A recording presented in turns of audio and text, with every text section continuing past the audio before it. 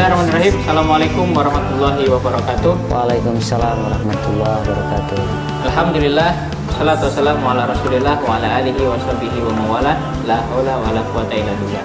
Asyhadu an la ilaha illallah wahdahu la syarikalah wa asyhadu anna Muhammadan abduhu wa rasuluh la nabiyya wa la rasula ba'da. Allahumma shalli ala sayyidina Muhammad wa ala alihi wa sahbihi wa barik wa sallim wa radhiyallahu ta'ala anhu ajma'in. Amma ba'du. Pemirsa Islamikas yang berbahagia, alhamdulillah kita kembali ke program kita, yaitu program Islamikas untuk santriwan dan santriwati Kewismaan SMA Tenur Hidayah pada khususnya dan umumnya untuk pemirsa sekalian.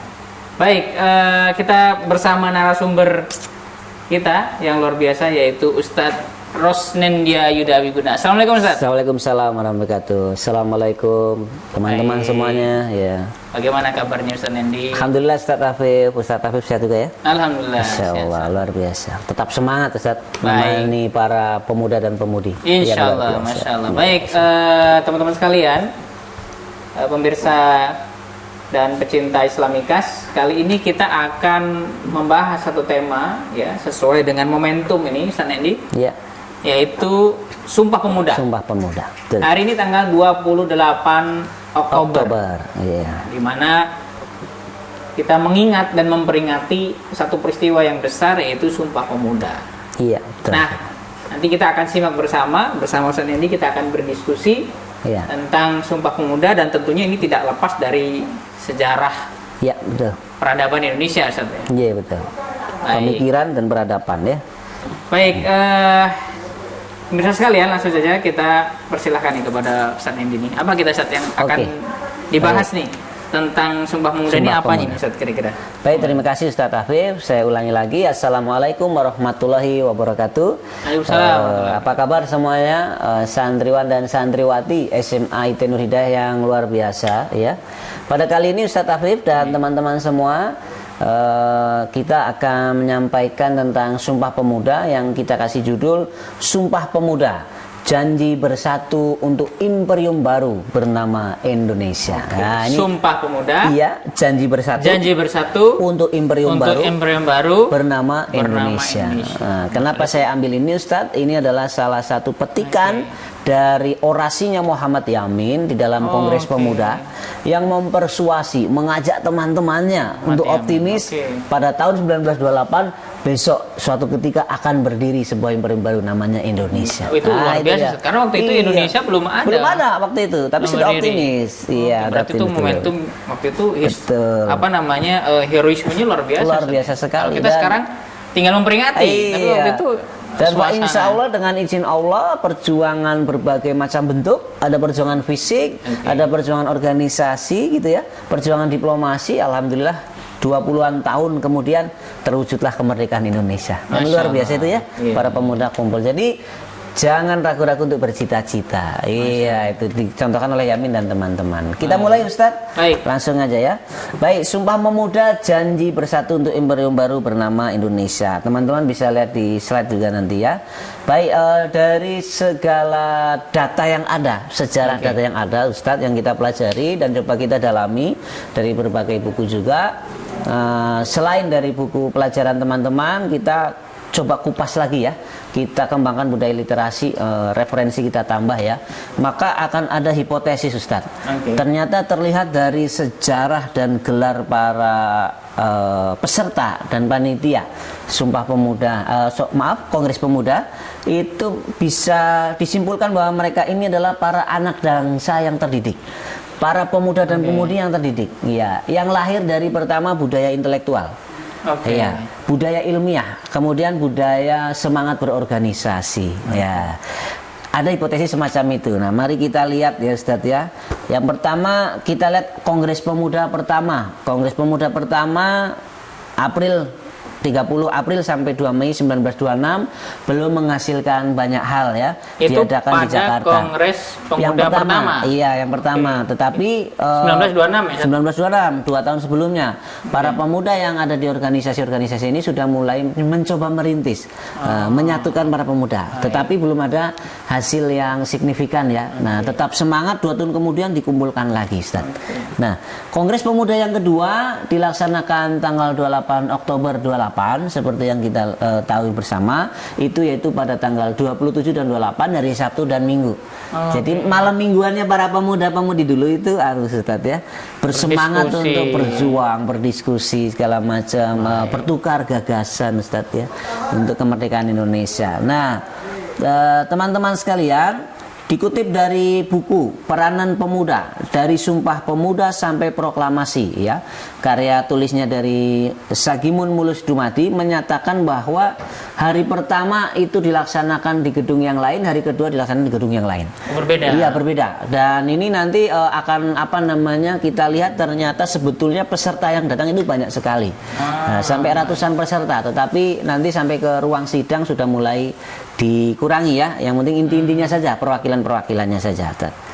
Nah, teman-teman sekalian bisa dilihat di slide.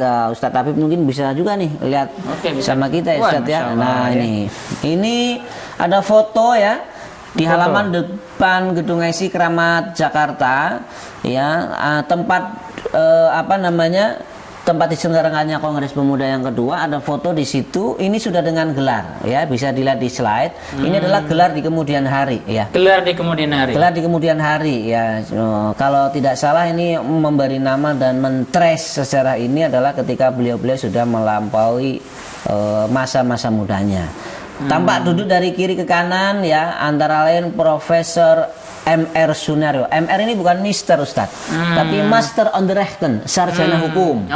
Iya, gelar sarjana hukum zaman dulu di sekolah Belanda namanya MR singkatannya, Master on the Rechten. Bukan Mister ya? Bukan. Ada Dr. Sumarsono, ya. Ada Dr. Sapuan Sastro Satomo. Ada Dr. Zakar Antar Parmena, kemudian ada Profesor Dr. Andes Muhammad Sigit, ada Dr. Mulyan Tarun, ada Mardani, ada Suprojo, ada banyak sekali di situ ya. Yang nanti kalau kita lihat ini Ustadz, tidak semua dari beliau ini kemudian juga menjadi orang yang terkenal di masa-masa kemerdekaan nanti, ya kan? Hanya beberapa Ustadz, mungkin Muhammad Yamin ada ya. Muhammad Yamin, nah itu mungkin nanti akan ada 1-2 saja yang meneruskan perjuangan. Nah, beliau-beliau nanti mungkin berkonsentrasi di tempat lain. Banyak-banyak ini kan dokter ini Ustadz ya. Nah, ada yang Master on the Rechten, ahli hukum juga ya. Nah, tetapi ini mengajarkan kepada kita bahwa yang namanya sejarah itu juga menuntut keikhlasan dari kita, Ustadz. Nah, ada yang akhirnya bisa menjabat menjadi menteri, memimpin gitu. Ada yang mungkin nanti cuma terjun di masyarakat, tetapi bukan cuma sebetulnya itu, tapi kontribusi juga yang luar biasa. Peran mereka. Ya. Betul. Peran mereka di Kongres Pemuda luar biasa, tetapi di masa kemerdekaan segala macam tidak semuanya masuk ke dalam pemerintahan atau di kekuasaan ya, ikut mengelola bangsa dan negara. Iya, betul, atau di kabinetnya.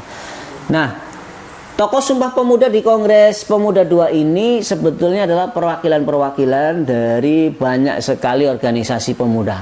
Tapi kalau bisa kita sebut antara lain Perhimpunan Pemuda Indonesia, Young Islamiten Bond, Young Sumatranen Bond. Bond itu persatuan kan, bahasa Belanda. Iya. Masih lekat sekali. Nanti kita akan lihat fakta-fakta di Kongres Pemuda ini ada apa saja. James Bond itu persatuan James Bond ya, itu lain lagi ya. James Bond. Ya. Ini bahasa Belanda Bond. Kalau James Bond kan bahasa Inggris ya. Oh gitu ya. Agen intelijen Inggris ya. Kemudian ada lagi Young Celebes, Young Ambon ya. Kenapa begitu? Karena pada waktu itu bahasa Belanda memang cukup sering digunakan dalam keseharian. Ya karena kita sedang dijajah oleh penjajah kolonial dari kerajaan Kristen Belanda ya kan. Nah, bahasanya itu kan bercampur. Nah, di bahasa-bahasa formal rapat itu sebagian besar ada yang menggunakan bahasa Belanda. Termasuk ketika membuat organisasi. Iya. Ya, meskipun demikian ada juga yang memakai sudah bahasa Melayu ya, tetap menggunakan bahasa Melayu. Contoh komunitas Sekar Rukun dengan pemuda kaum Betawi ini ya. Ada Young Batak, Young Sumatera, Young Islamiten, Young Celebes, banyak sekali. Waktu itu bahasa Indonesia juga belum disepakati menjadi bahasa betul. walaupun pada faktanya cikal bakal bahasa Indonesia yang bernama bahasa Melayu Islam itu sudah digunakan oleh masyarakat. gitu. Iya. Orang Aceh, orang Sulawesi tahu apa itu maknanya iman, ilmu, amal itu sama sudah. Nah, jadi bahasa Melayu Islam yang nanti jadi bahasa Indonesia itu adalah lingua franca, bahasa pemersatu. Waktu itu udah pernah kita bahas ya, ketika saya ada dapat kiriman buku dari Annabel Gallop, librarian atau pustakawan dari London itu beliau meneliti stempel-stempel atau cap-cap segel ya, yang dimiliki oleh para sultan, para bandar syah, penguasa bandar pelabuhan. Kemudian Lord Minto sendiri, pemimpin penjajah di Asia Tenggara itu menggunakan bahasa Arab. Dalam tulis menulis juga menggunakan bahasa Arab Pegon. Kemudian segelnya juga tulisan Arab. Nanti bisa kita perlihatkan lagi kapan-kapan ya. Itu sudah berabad-abad sebelum Sumpah Pemuda. Tapi declare bahasa Indonesia sebagai bahasa ya. persatuan dari Nah, Sumpah Pemuda. ini nanti akan ada dalam sejarahnya di Kongres Pemuda, akan kembali lagi.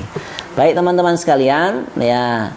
Dalam sebuah tulisan berjudul Pemuda dan Gerakan Kebangsaan ya, yang terhimpun dalam buku Literasi Politik ya. Kenapa Ustadz saya sampaikan beberapa nama buku, nama tulisan itu ingin menularkan semangat sebetulnya kepada literasi ya, kepada teman-teman. Baca nih teman-teman. Betul, kunjungi perpus. Kalau misalnya lagi masa pandemi ya main saja janjian sama librarian, pustakawan-pustakawati. Kalau misalnya mau di internet cari juga yang PDF, yang artikel, kemudian jurnal gitu ya. Hasil-hasil penelitian itu bagus. Nah, dalam tulisan ini yang bertajuk Pemuda dan Gerakan Kebangsaan, ya, ini disebutkan bahwa di arena Kongres Pemuda 2 ini sudah lebih majemuk dan plural daripada di Kongres Pemuda 1. Dihadiri oleh pemuda lintas suku, agama dan daerah ya. Dari belahan Indonesia Barat misalnya dari Sawah Lunto ada Muhammad Yamin itu yang akan menjadi tokoh sentral di Kongres Pemuda. Salah satunya Muhammad Yamin ya, dari Sawah Lunto jadi di Sumatera Barat ya. Kemudian ada juga dari belahan timur Indonesia ada Laimena dari Ambon. Kemudian ada pemuda bernama Kaca Sungkana dari Madura. Kemudian ada Lefran Senduk dari Sulawesi, dari Yong Celebes ya. Nah, tak hanya bertemu, mereka di sana itu berdiskusi, tukar gagasan, dan agak sulit dibayangkan bahwa mereka itu bertemu dengan sangat mudah. Zaman dulu kan belum ada WA, Ustaz. Belum ada internet ya kan. Artinya gimana nih caranya? Mereka mungkin telegram, apa namanya? Gimana cara janjiannya? Janjiannya cara gimana? mereka mengumpul Dari jauh kumpul sini segala macam. Itu perjuangan yang luar biasa sekali. Nah, bersatu dari berbagai daerah. Ini jadi itu bukti pemuda-pemuda waktu itu nggak mager, Ustaz. Betul, nggak mager. Walaupun terbatas transportasi dan komunikasi, punya tekad yang sama. Ayo kumpul yuk besok 1 bulan lagi. Gimana nih pemuda hari ini nih? Para santriwan dan santriwati nih pada mager nggak nih di rumah? Apalagi minimal kalau ada daring segala macam ya, belajar di rumah. Yang kita galakkan kan physical distancing ya, bukan social distancing. Harus tetap berkomunikasi, bertukar gagasan gitu, mematangkan pikiran gitu. Baik, intinya jangan mager, Ustaz. Iya. Karena dicontohkan pemuda-pemuda waktu itu. Mereka move ya. Iya betul. Gimana Ustaz? Lanjut Ustaz. Lanjut ya Ustaz Afif dan teman-teman sekalian. Nah, di acara Kongres Pemuda ini yang nantinya akan ditetapkan sebagai Hari Sumpah Pemuda ya. Ini adalah acara di mana ini agendanya menjadi tonggak sejarah ya. Dimulainya penggunaan bahasa Melayu yang menjadi bahasa Indonesia dalam rapat formal ya, bergeser dari penggunaan bahasa Belanda. Oh, itu nanti, rapatnya udah pakai bahasa Melayu. Nanti ada fakta Ustadz, itu dominasinya pada rapat itu malah sebetulnya menggunakan bahasa Belanda. Iya, ada Bu Retno Sundari, waktu itu Mbak masih ya. Mbak Retno Sundari menyampaikan pidatonya juga dalam bahasa Belanda. Notulennya juga iya, nanti kita akan bahas ya. Ya, tetapi ada yang berkemauan keras bahwa kita harus mulai menggunakan jati diri kita sendiri.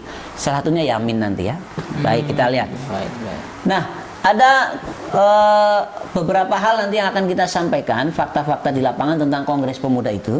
Tapi sebelumnya kita lihat kepanitiaannya dulu ya. Kepanitiaannya dalam buku Islam dan Bingkai Keindonesiaan dan Kemanusiaan, punyanya Pak Safi Ma'arif.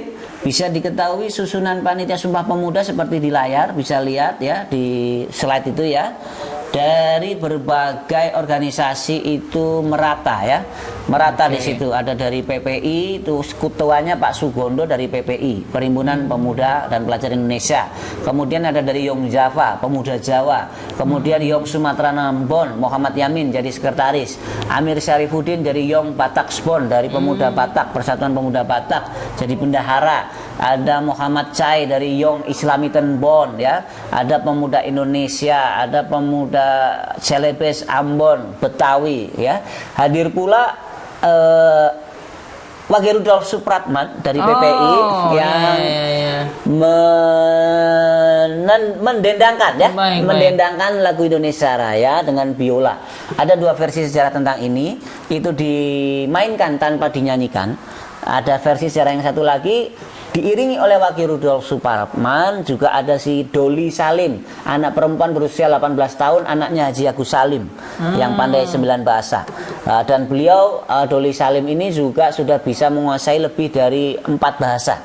Ya, karena pendidikan homeschooling dari Agus Salim yang tidak mau mengikuti pendidikan Belanda untuk anak-anaknya.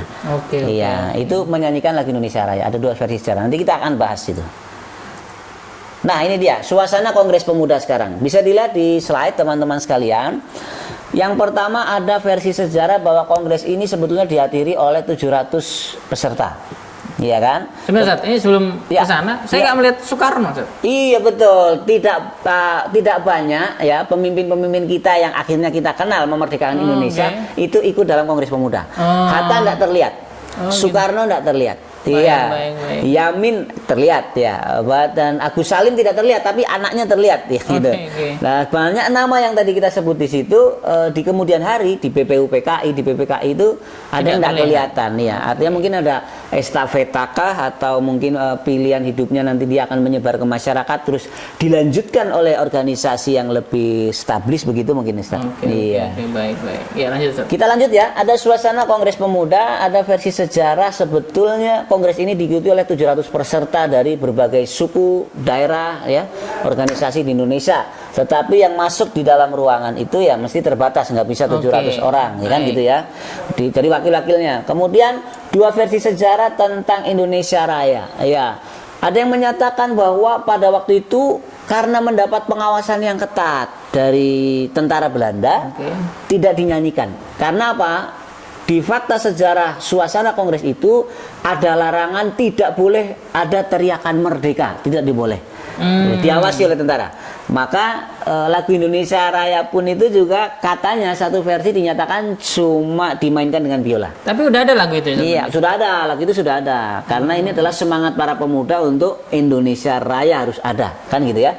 Perjuangan penggunaan kata Indonesia itu juga sudah ada sebelumnya. Beberapa organisasi menggunakan perubahan kata dari Hindia Belanda, ya kan, Dutch Indies atau apa Oost-Indies menjadi Indonesis ya kalau dalam bahasa Belandanya, sebuah entitas baru, ya ingin melawan kekuasaan Belanda begitu.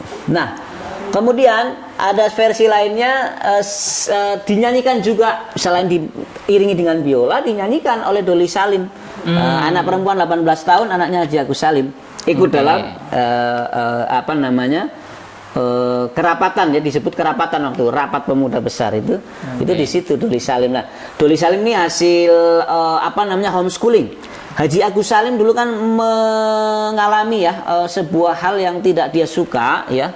Ketika dia sekolah SMA itu berarti AMS Algemeen Middelbare School dari Belanda. Itu beliau itu dinyatakan sebagai murid terbaik ya sepulau Jawa. Ya, artinya harusnya dia dapat beasiswa aturan pada waktu itu. Tapi diketahui karena dia adalah aktivis Islam, beasiswa tidak jadi dikasih. Kartini pernah mendengar, R.A. Kartini pahlawan kita, karena beliau anak pejabat menyatakan, Agus Salim aku berikan jatah beasiswaku ke kamu. Ini kamu berangkatlah dengan beasiswa jatahku. Tapi Agus Salim menolak. Kalau cuma karena belas kasihan Kartini, aku tidak mau menerima beasiswa itu. Nah, karena ada apa namanya ketidakadilan itu Agus Salim memutuskan sesuatu. Begitu teman-teman. Salah satunya mendidik sendiri anaknya di rumah. Oke, siap. Nah, Karena pengalaman yang pahit itu, akhirnya Haji Agus Salim yang pandai 9 bahasa ini menyatakan, kalau begini caranya, aku berjanji aku tidak akan menyekolahkan anak-anakku di sekolah Belanda. Ya, aku akan didik mereka. Hasilnya ada Doli dan adik-adiknya itu dalam usia 7 tahun gitu sudah bisa membaca buku Mahabharata dalam 3 bahasa.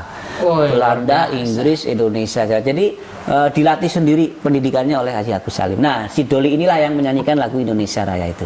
Nah, teman-teman sekalian, ada suasana dan fakta yang lain ketika Kongres Pemuda ini, ya Ustadz Afif, bahwa sebetulnya pada waktu itu tidak disebut sebagai Sumpah Pemuda. Nah, itu ada rangkaian besar namanya Putusan Kongres Pemuda. Iya, belum disebut sebagai Sumpah Pemuda pada waktu itu, ya kan? Nah, kemudian ada fakta yang lain bahwa peserta Kongres Pemuda ini justru masih menggunakan bahasa Belanda. Didominasi oleh bahasa Belanda. Ya, Retno Sundari itu menyampaikan pidatonya dalam bahasa Belanda. Kemudian yang lain juga notulennya juga bahasa Belanda. Kecuali Yamin dan beberapa yang lain yang ingin mencampur dalam rapat itu, kita harus pakai entitas kita sendiri. Beliau pakai bahasa Melayu Islam yang akhirnya akan menjadi bahasa Indonesia. Kemudian ada fakta yang lain dijaga ketat oleh tentara Belanda yang tadi sudah kita sebut, Ustadz. Dan itu ada larangan tidak boleh mengucapkan kalimat merdeka. Jadi dengan suasana penuh tertekan sebetulnya Sumpah Pemuda itu diadakan, Kongres Pemuda itu diadakan, ya. Nah teman-teman sekalian, ya, oke, kita mau lihat sekarang, ya. Ya, ini sudah tak sebutkan tadi ya, Siti Sundari, kemudian Yamin, termasuk dalam perumusan ikrar keputusan Kongres Pemuda itu Yamin yang menyusun pakai bahasa Indonesia dan bahasa Belanda. Nah, teman-teman sekalian, untuk bisa diketahui, awalnya sebetulnya tidak disebut sebagai Sumpah Pemuda seperti Ustadz sebut tadi, tetapi baru di kemudian hari akan diperingati. Tanggal 28 Oktober itu keluar putusan Kongres Pemuda 2, ya, intinya di dalamnya ada Sumpah Pemudanya, tapi tidak ada tulisan Sumpah Pemuda. Nah, waktu Presiden Soekarno pasca kemerdekaan tahun 1959 itu merumuskan untuk perayaan 28 Oktober itu apa? Dijadikanlah 28 Oktober itu semula sebagai hari lagu untuk memperingati lagu Indonesia Raya. Oh, karena itu pertama kali dinyanyikan, ya kan? Ya. Tetapi akhirnya oleh tim think tanknya, konsultannya ngobrol-ngobrol lagi, akhirnya diganti. Tidak, ini sebaiknya sebagai Hari Sumpah Pemuda. Maka melalui keputusan Presiden nomor 316 tahun 1959 tanggal 6 Desember 1559 dikatakan dan dinyatakan, ditetapkan bahwa 28 Oktober itulah Hari Sumpah Pemuda. Maka yang sering beredar sekarang adalah Sumpah Pemuda. Kami putra dan putri Indonesia, akhirnya jadi itu. Sebetulnya padahal itu nggak ada ya, rumusannya nggak gitu. Itu di dalam ada begitu tapi nggak disebut Sumpah Pemuda. Itu keputusan. Berarti ya, putusan Sumpah Kongres Pemuda baru ada, disebut Sumpah Pemuda, baru tahun 59. Iya, 59. Nah, ini bisa dilihat di slide, teman-teman. Ini ada di Museum Sumpah Pemuda, yaitu putusan Kongres Pemuda-Pemudi Indonesia. Disebutnya kerapatan, rapat maksudnya pertemuan ya. Kerapatan Pemuda-Pemudi Indonesia gitu kan. Nanti baru akan berjanji segala macam. Lebih jelasnya dalam tulisan begini. Kita bacakan ya satu-satu, Ustaz ya. Siap. Putusan Kongres Pemuda-Pemudi Indonesia. Langsung alinea pertama, kerapatan pemuda-pemuda Indonesia diadakan oleh perkumpulan-perkumpulan pemuda Indonesia yang berdasarkan kebangsaan dengan namanya Yong Java, Yong Sumatera, Pemuda Indonesia, Sekar Rukun, Yong Islamiten atau Pemuda Islam, Yong Bataksbon, Yong Celebes, Pemuda Kaum Betawi, dan Perhimpunan Pelajar-Pelajar Indonesia. Nah, dibuka rapatnya tanggal 27. Persatuan Pelajar berarti ya, pelajar Ustaz. Wah, ini nih para pelajar nih, para pelajar sudah punya kontribusi ya, kepada jadi menyusun kemauan bersama untuk semangat bersama itu pelajar. Lalu sudah berpikir tingkat bangsa ya. Gitu. Bagaimana pelajar kita hari ini? Nah, itu dia. Nanti kita akan ambil hikmahnya. Apa-apa saja yang perlu disiapkan oleh para pelajar sekarang, dia melihat dari fakta ini. Nanti ada analisis tentang teks putusan Kongres Pemuda ini, Ustaz. Baik. Kita lanjut membuka rapat pada tanggal 27 dan 28 Oktober tahun 1928 di negeri Jakarta. Sesudahnya mendengar pidato-pidato pembicaraan yang diadakan di dalam rapat tadi, sesudahnya menimbang segala isi pidato dan pembicaraan ini, kerapatan lalu mengambil keputusan. Nah, bahasanya ini bukan sumpah bahasanya, tapi kerapatan itu maksudnya rapat tersebut lalu mengambil keputusan. Pertama, kami putra dan putri Indonesia mengaku bertumpah darah satu tanah Indonesia. Kedua, kami putra dan putri Indonesia mengaku berbangsa yang satu, bangsa Indonesia. Ketiga, kami putra dan putri Indonesia menjunjung bahasa persatuan, bahasa Indonesia. Setelah mendengar putusan ini, kerapatan mengeluarkan keyakinan azas ini wajib dipakai oleh segala perkumpulan bangsa Indonesia. Artinya apa? Besok-besoknya rapat-rapat nggak boleh lagi pakai bahasa Belanda, tapi bahasa Indonesia. Iya, pakai bahasa Indonesia. Artinya apa? Bahwa semuanya dilakukan karena kita berjuang sebagai satu kesatuan, yaitu yang bertanah air satu, berbangsa satu, Indonesia. Nah, bukan karena kelompok-kelompok itu tadi, ya kan? Alimnya terakhir, mengeluarkan keyakinan persatuan Indonesia diperkuat dengan memperhatikan dasar persatuannya. Satu, kemauan. Jadi dasar persatuan itu ada 6 di sini. Iya, di analisis ini kita analisis ada 6. Satu, kemauan bersama. Iya. Yang kedua, sejarah. Nah, sejarah. Kemudian berikutnya bahasa, ya. Yang berikutnya hukum adat, ya. Kemudian pendidikan dan kepanduan. Kepanduan kalau sekarang itu pramuka, Ustaz, ya kan? Ya. Dan mengeluarkan pengharapan supaya putusan ini disiarkan dalam segala surat kabar dan dibagikan di muka rapat-rapat perkumpulan-perkumpulan kita. Nah, kita analisis. Nah, lihat slide ya, teman-teman. Analisis dan hikmah penutup, ya. Dari penutup putusan Kongres itu disebutkan mengeluarkan keyakinan persatuan Indonesia diperkuat dengan memperhatikan dasar persatuannya. Pertama, kemauan bersama harus digalangkan. Iya, diajak teman-temannya untuk punya kemauan bersama. Yang kedua, ini siswa-siswi murid iya. berasal dari kata aroda yang menginginkan. Iya. Itu adalah keinginan, kemauan maka diri itu. Nah, kemauan. Kemudian yang kedua, sejarah. Sejarahnya itu Indonesia dari dulu, dari suku-suku, dari daerah itu bersatu. Jadi perlu diluruskan sebuah sejarah yang mengatakan sebelum Sumpah Pemuda, perlawanan bangsa Indonesia bersifat kedaerahan. Itu perlu diluruskan itu. Itu keliru, iya. Itu berarti itu Sumpah Pemuda itu miskonsepsi sejarah. Ya, miskonsepsi sejarah. Sumpah Pemuda itu adalah mendatangkan jenis persatuan baru, yaitu organisasi-organisasi muda bersatu. Dulu itu ada pemuda bernama Fatahillah, pemuda Palembang, ya, pangeran dari Palembang, diambil menantu oleh Sultan Trenggono Demak. Kemudian diangkat menjadi panglima tertinggi aliansi pasukan Kesultanan Perang Demak, Cirebon, Banten untuk mengusir Portugis dari Sunda Kelapa. Nah, ada juga Ba'abullah, Sultan Ba'abullah, anaknya Sultan Khairun. Itu disebut sebagai penguasa 72 negeri, memimpin banyak kerajaan dari Sulawesi padahal ya, tetapi yang dipimpin ada yang dari Jawa, ada dari Buton, Belitung gitu, mengusir namanya Portugis dari Benteng del Rosario pada 24 Desember tahun 15 sekian. Itu adalah pusat penjajahan terbesar di Asia Tenggara. Kemudian diusir sampai ke Filipina. Itu persatuan daerah ada dari dulu. Sudah ada. Sebelum Sumpah Pemuda. Iya, makanya dengan melihat sejarah itu para pemuda ingin bersatu lagi. Gitu, Ustaz. Dan satu juga sejarah itu menyatukan, ya, karena kalau dengan belajar sejarah kita bisa tahu apa yang dilakukan nenek moyang kita supaya berhasil. Mengusir penjajah berhasil ya bersatu. Maka mereka bersatu lagi setelah dipecah belah. Nah, kemudian ada bahasa. Bahasa itu harus menyatukan. Makanya lingua franca pada waktu itu sudah pernah terjadi, yaitu bahasa Melayu dikembalikan lagi oleh Yamin, diajak teman-teman semua sepakat bahasa Melayu Islam ini. Sebenarnya Melayu Islam sudah dipakai sejak lama. Iya, sudah lama. Iya, sejak lama sekali. Nanti bisa kita share. Bahkan sebelum bahasa Belanda datang. Betul. Bisa kita share juga tulisan kita ya di Facebook tentang Annabel Gallop yang melakukan penelitian terhadap segel dan stempel resmi. Bahkan Raja Buleleng Bali, rumahnya Ustadz Ato itu dulu juga menggunakan stempel capnya dengan bahasa Arab. Iya, itu dia. Dengan sejarah ini bahasa harus disatukan untuk membuat sebuah komunitas, entitas bangsa yang baru, imperium baru, harus ada kesatuan bahasa, nggak boleh beda-beda. Nah, itu digunakan itu. Yang berikutnya ada hukum adat. Ini hukum adat di dalam masyarakat Nusantara sudah terkenal. Adat bersandi syara, syara bersandi kitabullah. Jadi hukum adat itu bersandikan dari syariah. Syariah bersandikan kitabullah, Al-Qur'anul Karim itu tadi, ya kan? Nah, kalau ada Minang, Minang itu dari Minang. Kalau ada itu di Minang kan begitu. Kemudian nanti ada di Aceh namanya Qonun Meketa Alam.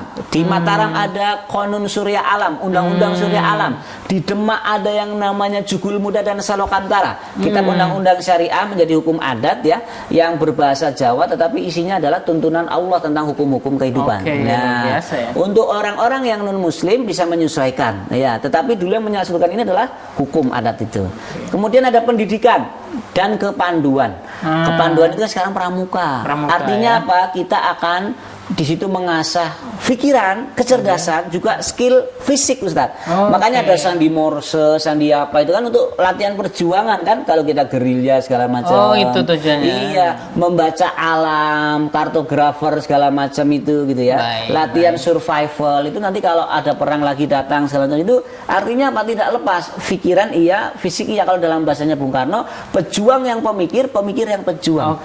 Fisik dan pikiran harus sama-sama disiapkan. Berarti inilah keenam hal yang harus dimiliki pemuda saat ini, Ustaz. Kita harus galakan gerakan pramuka. Iya, pramuka kita. SIT. Dipimpin oleh siapa sekarang? Ustadz Ato Kuarcap ya? Iya. Ada Ustadz Ato, ada Ustadz Sutri, Ustadz Sutri, Bunda Marsi, Kak Sutri, Kak Marsi, Kak. Iya. Nah, 6 hal inilah kita sebut tadi, ini modal dasar pemuda bisa bersatu lagi. Maka kalau ingin Indonesia tambah maju, pelajari yang ini ya.